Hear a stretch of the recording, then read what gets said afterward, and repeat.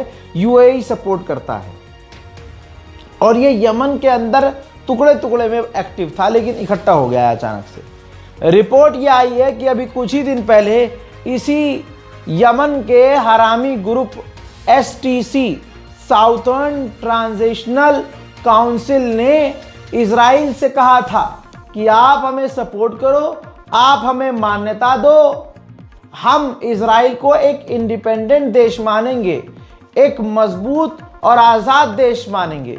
तो आप समझ रहे हैं, आज किसी को भी अपने ही मुल्क से गद्दारी करके अपना अलग देश बनाना हो तो वो सीधा इजराइल का पेशाब पीने पहुंचता है कि इजराइल को हम आपको मान्यता दे देंगे, बस आप हमें साथ दीजिए। ये एक दिन देखिएगा आम हो जाएगा। आइए पहली तस्वीर दिखा रहा हूं एसटीसी के लीडर की। ये देखिए दोस्तों, ये है एसटीसी लीडर का चेहरा जो यमन के अंदर घुसपैठ कर रहे हैं यूएई के समर्थन और उसके हथियारों से। उनके लीडर ने सऊदी अरब के डिफेंस मिनिस्टर के बयान के बाद सीधा सीधा इनकार कर दिया है कि हम हथियार नहीं डालेंगे। उधर यमन एसटीसी को अंधा पैसा दे रहा है, हथियार दे रहा है, जिसके बाद एसटीसी और कई हजार लड़ाके यमन के अंदर भेजता हुआ नजर आ रहा है।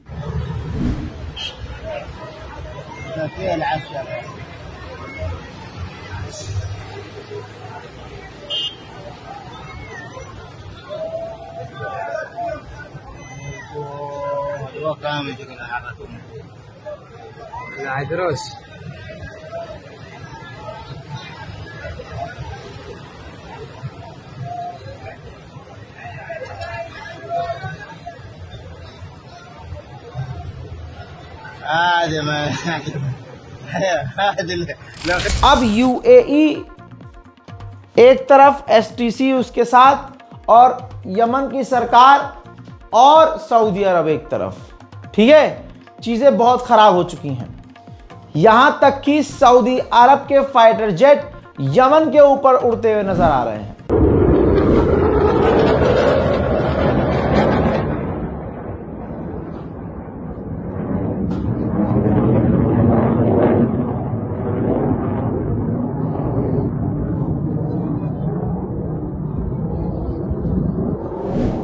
हजरात, पूरी दुनिया में फसाद इजराइल का है। सोमालिया से सोमालिया लैंड को अलग करके सोमालिया लैंड को इजराइल ने मान्यता दे दी। अब इसके बाद सोमालिया लैंड में खुशियां मनाई जा रही हैं, इजराइल का झंडा तक लहराया गया है। लानत है।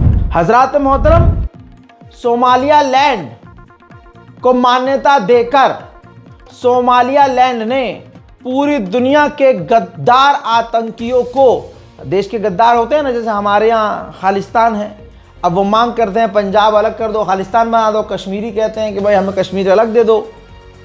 तो हुआ क्या, जो सोमालिया लैंड ने किया और इजराइल का चूस के पेशाब पी के उसने अपने आप को मान्यता दिलवा दी। तो ये एक रास्ता बना दिया गया।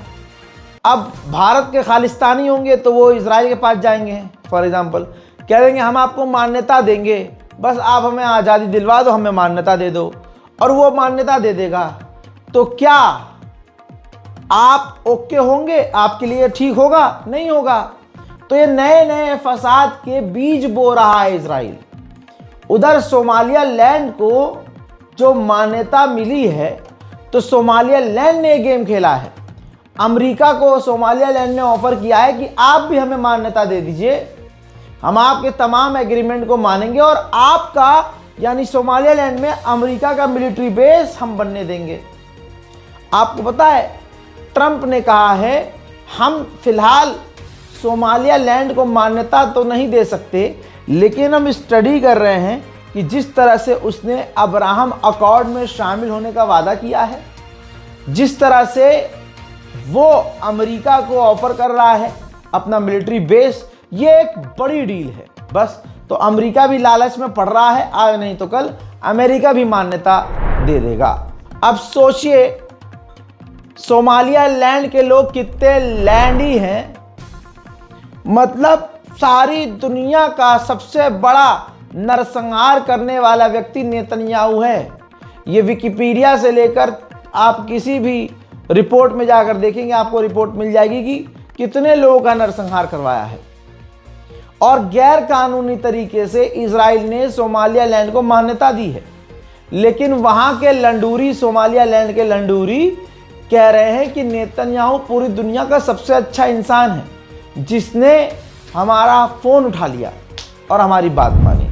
हाँ, आलम adduunka ninka ugu wanaagsan Netanyahu oo ah ninkii koowaad ee telefoonka naga qabta iyo baashoo soo ka darnay sida nooga farxisay Ilaahay kaaga farxiyo.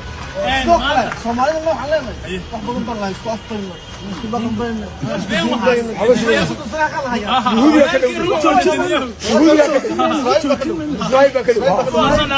हजरात अब गू खा लिया है।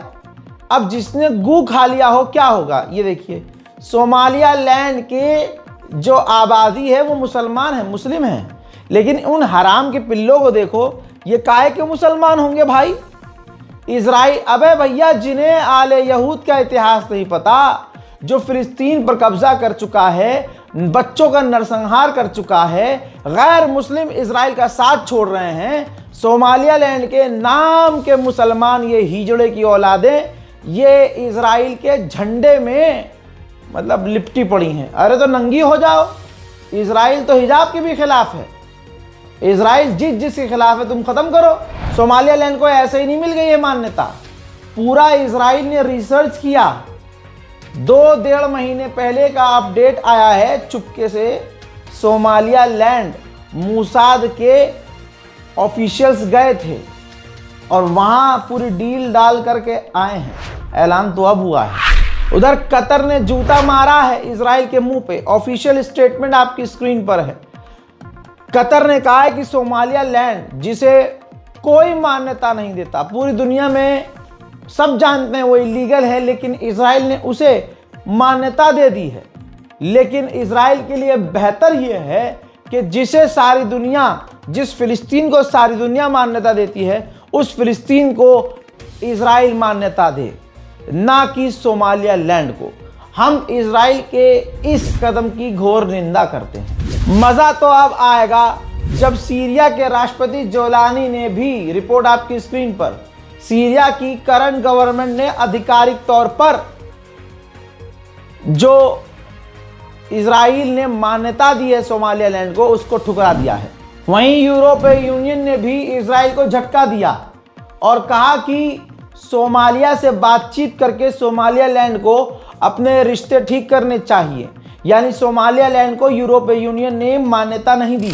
नेतन्याहू मंडे यानी कल अमेरिका के राष्ट्रपति डोनाल्ड ट्रंप से मिलेंगे, जिसके बाद बहुत सारी चीज़ें बदल सकती हैं।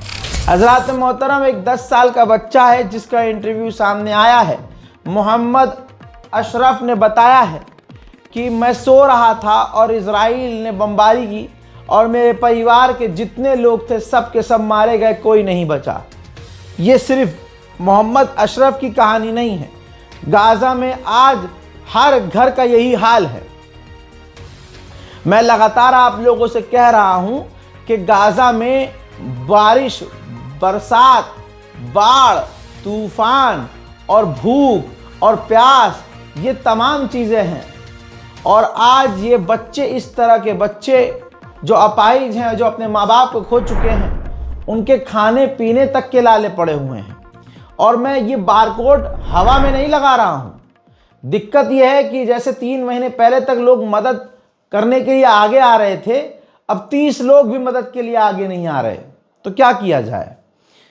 अल्लाह बहुत बड़ा है, हम तो 4-5 लोग मिल के ही कुछ ना कुछ करते रहेंगे। लेकिन एक जो रास्ता मैंने आपके आगे रखा था कि इस बारकोड और अकाउंट डिटेल के ज़रिए, अकाउंट नंबर के ज़रिए हम एक छोटी सी मदद को बड़ी कर सकते हैं।